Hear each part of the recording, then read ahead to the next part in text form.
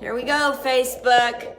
Welcome to the 5 o'clock edition of the show that I just named. I got a new name for this, Penny. The new name is Comedy Spot. The Comic Spot. The Comic Spot. Okay. Did you decide on a tagline? I did it something to the effect that I'm a young/old comic, and these are my veteran comedy friends. Because I'm trying to get the point across that you guys are the veterans. Okay. Okay, I think that. I don't know, something like that. It's still in the works. So welcome, welcome, welcome. Oh my gosh, Penny Prince. Say hi to the people. We got Jim Bernard watching already. Hello, Jim. Hello, everyone out there on Facebook. How are you doing? What's going on, Mr. Pandemic? You got any Raider advice how to get through a pandemic with humor?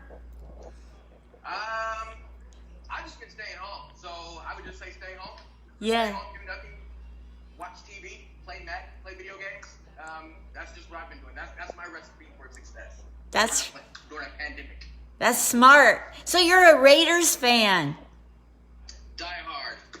I'm making the debut of my blue Raider hat today. I love it.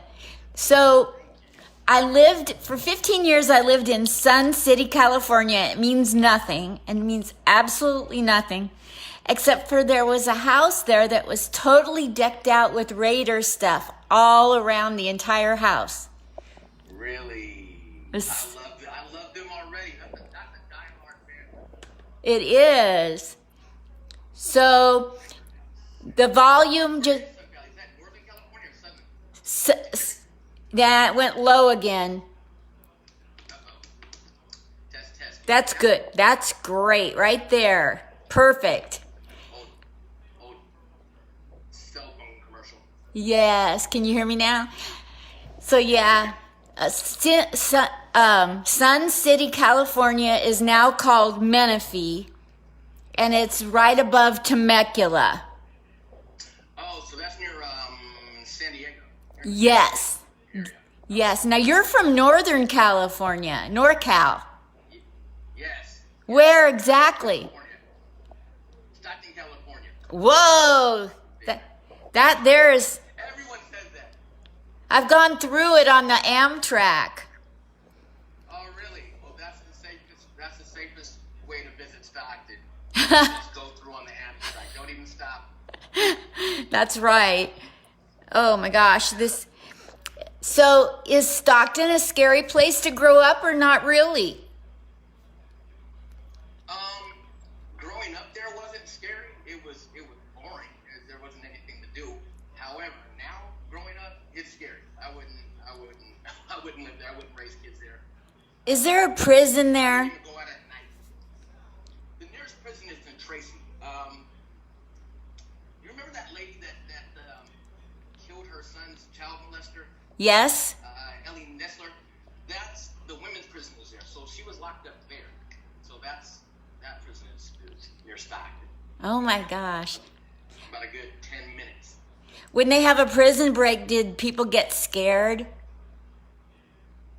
No, actually, okay, the house I grew up in is about 2 miles away from the prison. Wow. Well, actually, the county jail, not the prison, the county jail. So they had a breakout like in the early 90s.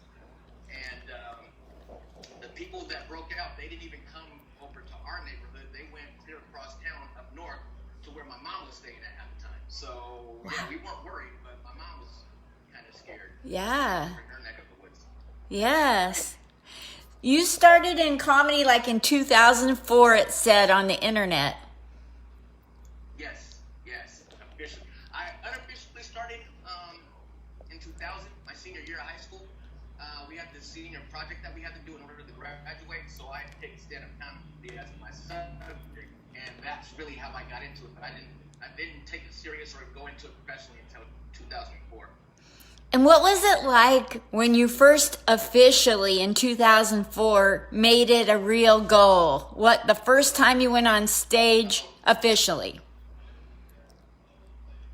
Was it scary, or did it go really well or not so well? It did. It did. So my first official gig was at the State Theater in Modesto, and it was a professional show. And I had a guest spot, and I was supposed to do about 5 minutes, and I bombed. It just went sunk or plunk. And I was just lucky to be on the show. So at the end of the show, the producer comes by, he starts paying on the comedians. I didn't expect to get paid anything. Yeah.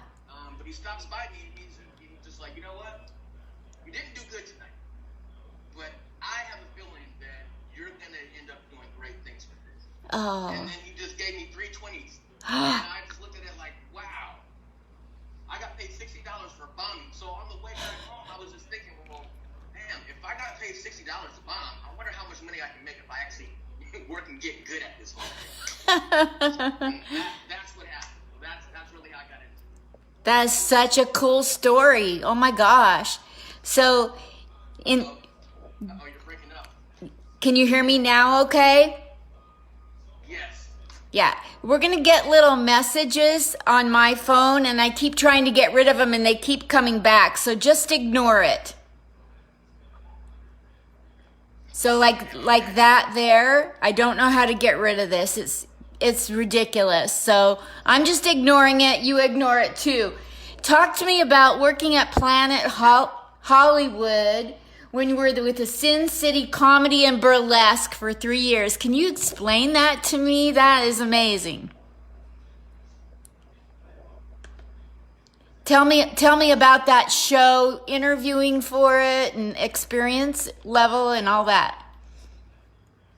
Well, that opportunity just came out of nowhere. I was working with one of the creators and producers. His name is John Payton, and we had done a show together about 2 months before I got hired in 2009 at the LA Comedy Club. And I didn't think he remembered who I was, and I just seen him like maybe about a month afterwards, and we were just talking and everything. And time goes by, and I just get a call out of the blue. He's just like, "Hey, I have this new show coming out at Planet Hollywood. It's a comedy and burlesque show, and I'm looking for a host. So why don't you just come by, do a guest set, and we'll just see how it goes." So one guest set turned into 2. Then I was there for a week. Then I ended up being there for a month, and then it was just like, pretty much, you have the job. Oh my gosh. That was it. That's so cool. Congratulations on that. Thank you. That was like three of the best years of comedy college. That's what I called it. It was comedy college for 3 years. Wow, I get it. And then you had a pretty well packed house that you didn't have to fill. Right. And the show was every single night, 7 nights a week. So the only time that we really got off work was March Madness. So any other time I was there at that show, just working and getting better in my craft. And I really have to thank John Payton and Kevin Carnegie for that opportunity still. That's amazing. That really does help. And you've been an on-air personality for KWIN. Yes. Tell me about that. Not everybody gets that. That was another what I call for government, where The mic. The mic. Can you hear me? Yeah, now I can. Perfect. Okay. All right. Yeah, that was what I call another Forrest Gump moment in my life, where it just kind of like fell in my lap. I was at a friend's house one day, and we just had the radio on, and I called, and I did my Bernie Mac impression. And the person on the radio, they liked it. They suggested I just come back and I do the morning show. Tap Internship. that mic. Hold the mic with your Hold the mic with your hand. Hold that string. Take your hand and hold the string on your neck. And keep it there. Yeah, perfect. Okay. So you did your Bernie Mac. Yeah, so I did a Bernie Mac impression for the lady that was DJing at the time, and she just suggested that I come back and try to get an internship at the radio station.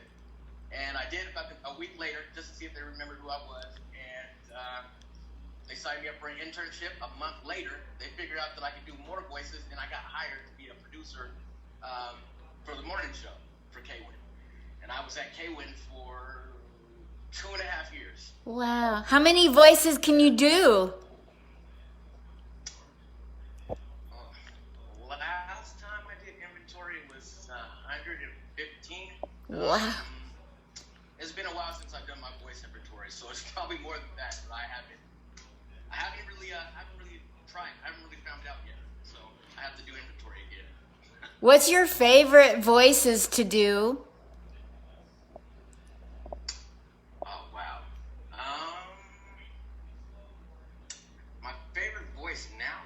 Damn, that's a good question. I know. And what's your least favorite? That everybody asks you and you're, oh God, not again. Chris Rock.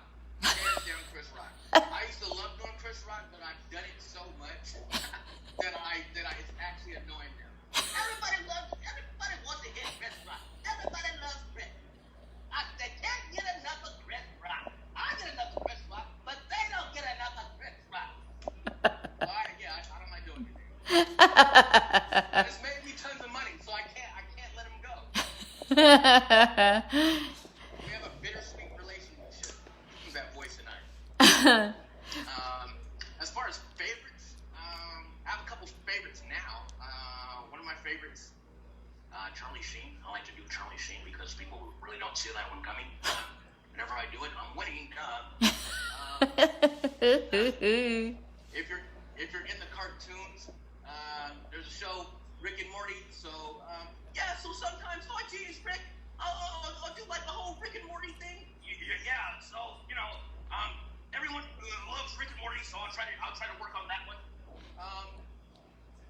That's about it as far as favorites goes right now. One time I was interviewing Shang Forbes. You know who that is, right? Shang. I do. And I was like, your voice sounds like Billy Crystal's. Just naturally. Oh, wow. And he went, I never thought about that. and he went into a whole Billy Crystal bit. See, you get some new material right there. Some new material. He owes me big time. Yeah, he does. Yeah. He does. You might want to check back up with him on that one. So where do you want to go? Where do you want to go with your comedy, Penny? Well, when I first got into this, I wanted to just take it all the way. I wanted to be like the next Eddie Murphy. I wanted to be like the next Dave Chappelle. I took some years off. I took about 4 years off, and I just got back into it last year. I just want to continue to just do what I'm doing. Just entertain crowds. I just want to keep it simple. I'm not looking for superstardom here. I'm just looking to keep working and to keep entertaining audiences like I've been doing for the last 20 years. Maybe you can. That's it. Nothing. Maybe you can march around the new Raiders place until they hire you to be a host there. Oh man, that would be great. They just announced the schedule for the Raiders, and I was looking at those tickets. It's going to be crazy. That first year is going to be crazy. But that'd be great if I could do something with the Raiders. That'd be cool. Yeah, they have what's called an arena host. Really? So check that out with the Raider organization. Send them a message and tell them, listen, I know you have an arena host, but you please don't make that decision before you see me.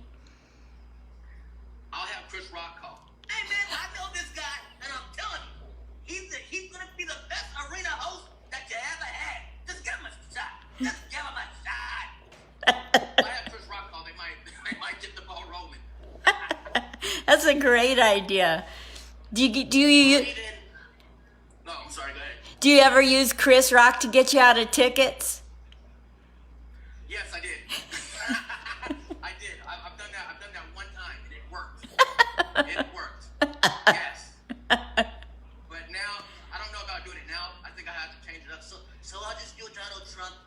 I'll just do a Trump. Look, I know you're gonna write me a ticket, but you shouldn't write me a ticket that's gonna be too huge. I'll just get out of it. I know people in Washington that will get me out of this ticket. Really, really good people. Really good. Good. Really good people. Fine people.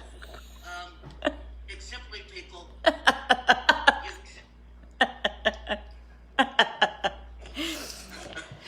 What do you tell people? Like, this is the first time in my 69 years that there's been a pandemic.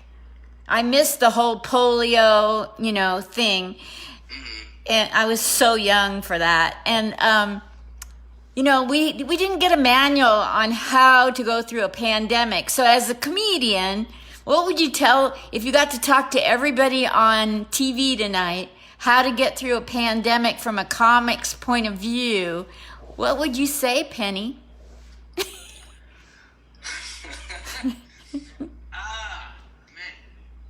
From a comic's point of view, how to get through a pandemic. Does Chris Rock want to answer it? Okay. Yeah, matter of fact, I do. Stop touching everything. Stop touching everything. Stop coughing on everything. Stay your ass at home. That's how you get through it. Stay your ass at home. That's how we all get through this. It's so funny.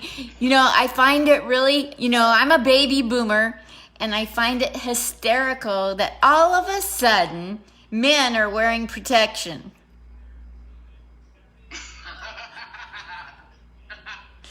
And we don't like to wear protection. So we're still doing this unwillingly, but it's health first. So wear your protection. The top and the bottom. Now you need to. Public service announcement. Wouldn't that be funny if you saw really dumb men walking around with latex on their heads and they're keeling over because they put it on the wrong head. Wear this mask. Yeah. Yes. I've seen some of the most strangest masks while out. I've seen Halloween masks. People wearing Halloween masks. I've seen surgical masks, of course. People just wearing bandanas. Someone in California even wore a KKK. Oh my God. It's crazy. I'm like, wow, you're bold, sir. You are bold. My gosh. They say that the kind of masks everybody's wearing, they only protect you 17% from the virus. So what's the point?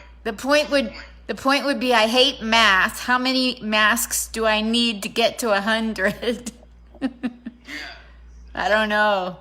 Like, they tell us like a month after we go out with these lame ass masks that they're no good. Thanks a lot, pandemic. Right. Well, I mean, not only that, like, I would really feel like shit if I was in charge of having to make the mask. Like, I made all these masks, and now you're telling me that my work is useless now? Like, okay. Well, someone's still paying for all these masks. That's all I know. I made them. Someone's paying for them. Somebody is. These poor ladies, all these people that have been at home folding them in like the YouTube videos, and then they find out all that folding for that. I did all that for that. I don't know. What else? Turn their houses into mask factories. Like you said, right? Mask factories. There we go. What's the funniest, stupidest, weirdest thing you've seen happen in the pandemic? Have you seen anybody really overreact or underreact to where it's hilarious? It wasn't really. It was annoying at the time, but I went back home to stock when this thing first hit, and to see the grocery store so packed, like the grocery store in my neighborhood, in my old neighborhood, it was packed worse than I've seen it during any holiday. It was worse than Thanksgiving, Christmas, New Year's, all combined. Like, and everyone had like either paper towels, napkins, toilet paper, all in their baskets, or water. that was the craziest thing. It was just weird. I've never seen the store like that. Never. Like you said, you've never seen a pandemic, right? This is weird. This is weird for everyone. Yes, everybody. Yeah.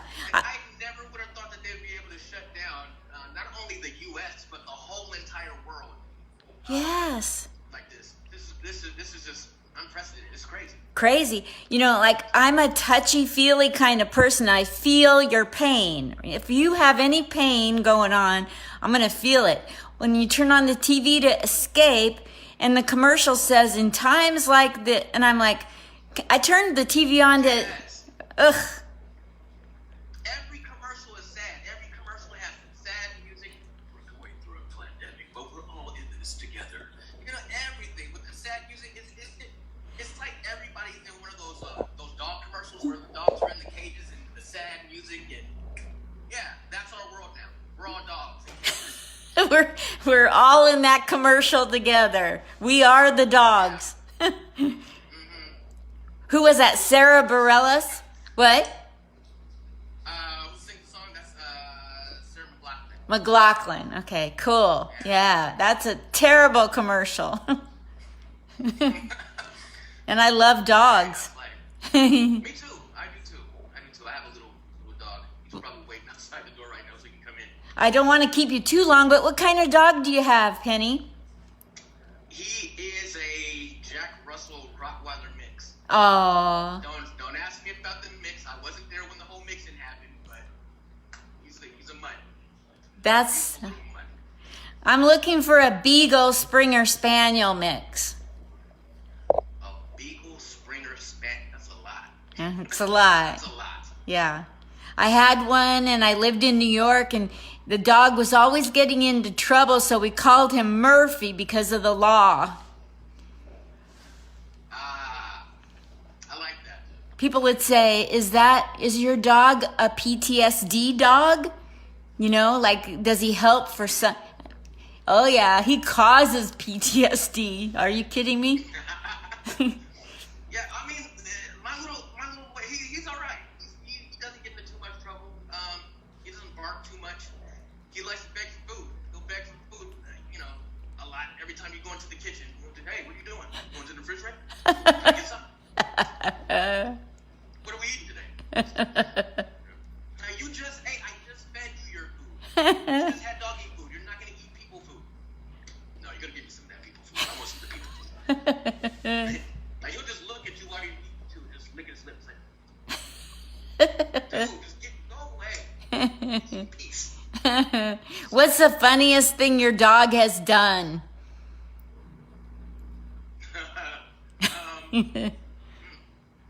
Because my beagle almost attacked a cop in New York City. And I thought, well, you are one smart dog.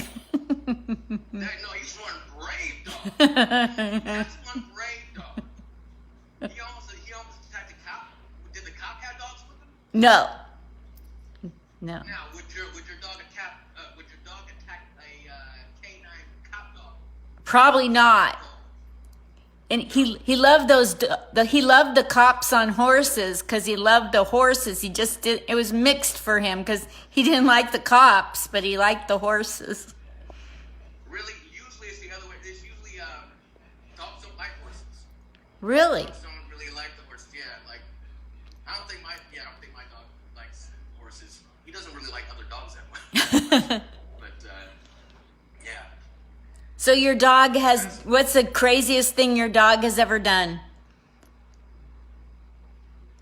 The craziest thing he's done. Besides watching you eat. Dog. Besides watching me eat. You ever He's a ate? pretty smart dog. Like he'll tell me if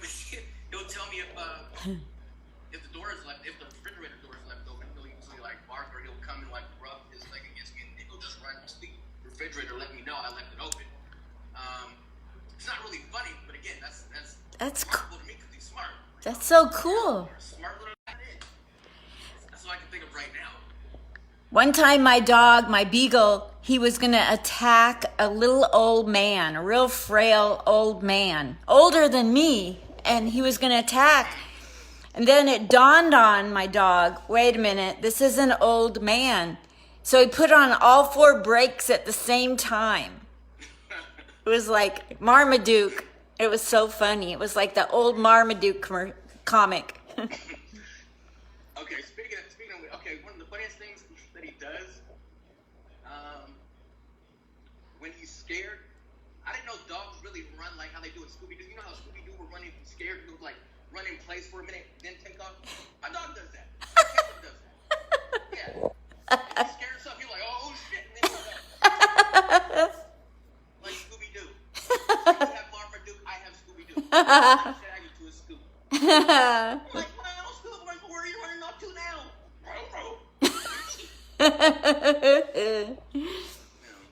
This has been. He smiles a lot too. Like my dog will come up to you and he'll actually smile at you. Especially if he thinks he's in trouble, he'll just like he'll peep out and he'll just come up to me and he'll just smile. Hey, am I in trouble still? All right, give me some food. That's so cool. Where would we be without animals? You know? In a bad place. Yeah. This is actually my first dog. Really? This is my first dog since I was 5. Wow. Yeah, I got Caleb 4 years ago, so had him since a puppy. Did you get him out of a pound or from a friend or how'd you get him? Friend, Nice. from a friend. Yeah, her dog had puppies and she had 2 more left. And once I seen them, I just fell in love with them. I said, gotta have him. Oh. And he's your buddy. Yeah. That's so cool. See, it's stuff like that that you say that's going to make my people fall in love with you. I'm going to lose all my fans and friends to you, Penny. You're not going to lose them. I'm just going to gain more friends and fans. That's true. Lose them. Nah, they'll be I back. just gain more. Yeah, you're going to gain. Tell me about your matching socks. You had said that you're just lucky you have on. Yeah, because usually I'll just get a pair of socks, just put them on, and just go. Like one will be like a low top, and then another one will be like a high top. You know, I have both matching low cut socks on. So That's cool. that's actually a feat. So you know, Well- hand clap for me. Hand clap. Anybody that can go from Stockton, California to Planet Hollywood in Vegas is A-okay with me. Thank you. Yeah, I'm the only one that's done it so far. You're like a hometown hero. Yeah, well, I mean, Vegas is my home. Vegas to me it's been my comedy home since 2007. They really welcome me with open arms here. More so than the comedy community I started out with in Northern California. You know, that's why I just love Vegas so much. Me too. When it comes to comedy. I initially was gonna go to Los Angeles. That was the plan, to go to LA, and I didn't want to go out there and just get lost in the shelter, just another fish in that big pond of comedians. Yeah. So I just thought, well, why don't you go to Vegas? It's the entertainment town. See how it is out there for a year, and then go to LA. And this was back in 2007. This was back in 2007. So I had a great 2007 here in comedy. 2008 was even better, and 2009 I got on over at Sin City Comedy, and then it was just like, you know what? Vegas is home. Vegas is my comedy home. Absolute. Because, I've had so many great opportunities here that I never would have had anywhere else. Yes. The minute I got here, I felt everybody opening up their arms and hearts to me, where when I've done comedy in Southern California and I've done it in Portland, Oregon, New York, Philly, nothing like in Vegas. Nothing. So what would you say would be like the besides Vegas, out of all the places that you experienced, what was the second best? New York City. It's like people like you go down the street and you go, yeah, I do comedy to somebody, and they're like, oh, I want to come watch you. They don't even know you. And they're not stalking you. They're so supportive in New York City. Yes. Which is good and bad, but The beautiful thing is that you can get on about 5 to 7 different stages in a night if you get to do it right in New York. That was just so amazing. It was like a smorgasbord of comedy in New York. yes, I love New York. I love it too. I love it so much. I can't afford to live Still not there. better than Vegas. What? Still not better than Vegas. No. But I love it. At least Vegas doesn't mess around with bringers. Right. Yes. I was so relieved that they didn't do that either. Ugh. So relieved because I was expecting it to be kind of like Los Angeles, how they're big on bringer shows. But no, they don't do that here. I love it. I appreciate that. Exactly. So Any aspiring comedians, come on down to Las Vegas. yeah, and the nice thing is that you have been inspired by other people to make it here.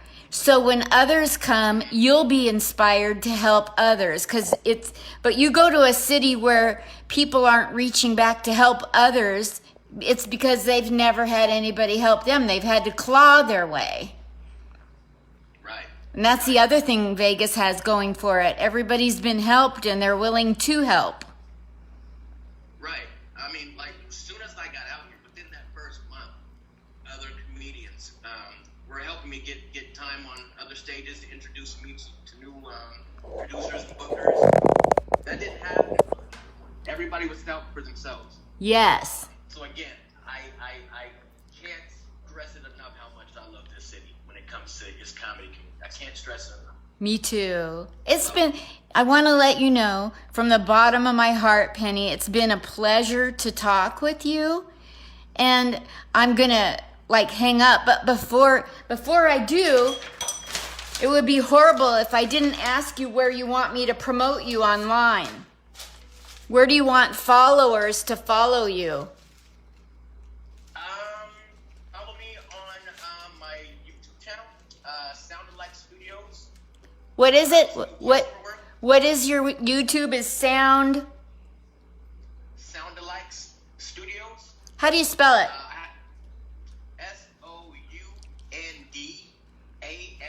SOUNDALIKES Studios or Studio.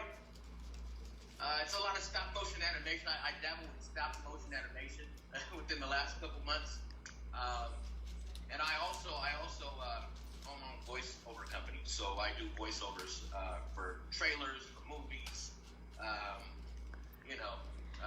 radio stations. So if you need any voiceover work done, check me out at soundalikes.com. Soundalikesvoicetalent.com. Soundalikes voice. Soundalikesvoicetalent.com. How do you know when somebody would be good at voiceovers? Well, if you have a knack for voices, here's the thing about voices. People think that you have to have a booming broadcast voice to do voiceovers, but I mean anybody can do voiceovers. There's different styles of voiceover.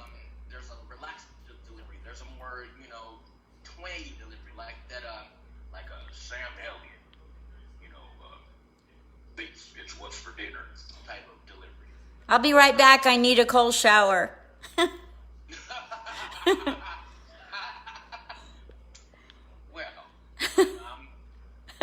didn't think that I was gonna arouse you like that. But He went to my high school. Sam Elliott went. He was 4 years older than me, or 5. I never met him. Really? He never met me. That's why he married that other witch. He's a cool dude. I like all his work. Yes. That's the Big Lebowski. Everyone loves the Big Lebowski. Yes. I'm a Lebowski fan. Yes. But yeah, back to the voiceovers. Like, you don't have to have a special voice to do voiceovers. If you have an interest in doing voiceovers, get copy of different commercials that are on the air right now and just read them, just as practice to make your own demo, and send them out to different agencies and see what happens. That's cool. Great advice to That's my best people. advice. That's so cool. So where else do you want any kind of traction online? Do you want people to find you on your Facebook or Instagram, or just most? Go to my Instagram, Indiana Jones, like Indiana Jones, but Indiana Jones, Penndiana Jones. That's me on that's me on Instagram. Okay. And I also go to Sound Alikes on Instagram too. okay. I'm everywhere. You're everywhere. This has been awesome. So are you giving out your Venmo or PayPal or any of that if people want to donate, or are you not? Sure, we can do that too. I you know what? I just signed up for what's it called? Cash App. Okay. So I gotta look and see what my name is. It's Penny Prince 209. Wonderful. Okay, I'll put that on the post. In a while, in a few hours, I'll put all your social media stuff on the post. Check it for accuracy, because I'm old AF. And Yeah, you said that you're 69, but you don't look 69. You look great. You look great for your age. I'm not trying to hit on you. I'm married. No. My wife is older. I never get excited when somebody says that I look good for my age. I only get excited if they say you look good. Well, you look good. Well, let me correct that. You look good. It's just when you said that you were 69, it threw me off. I'm like, you're 69? Yeah, and it's all natural. There's been no fillers. I have no filter either. You're seeing You know what? You know what? To be living in Vegas, that is actually a rare and beautiful thing. To find a woman that is all natural. Thank you. No added parts. Yeah, no aftermarket, nothing aftermarket. Everything is all factory, all stock. Yes. It's great. Well, thank you so much, Penny Prince. You're amazing. This has been so fun for me, so I appreciate you. Linda, thank you for having me. I really appreciate you. When everything opens up and you have something you want to share, please come back. Anytime you want to, I sure will. if you want to rant or tell some jokes or give advice in a pandemic, anything you think of that you didn't say, just hit me up and I'll put you back on for a few minutes. Okay, sounds great. Yeah, you're welcome back anytime. Thank you so much, Penny. Thanks for having me, Linda. Love you. Bye. All right. Bye. Bye. What a sweetheart. He's a good guy. He's got a lot of experience under his belt since 2004. Man. Good for him. Trying to wave to all of you that I didn't get to.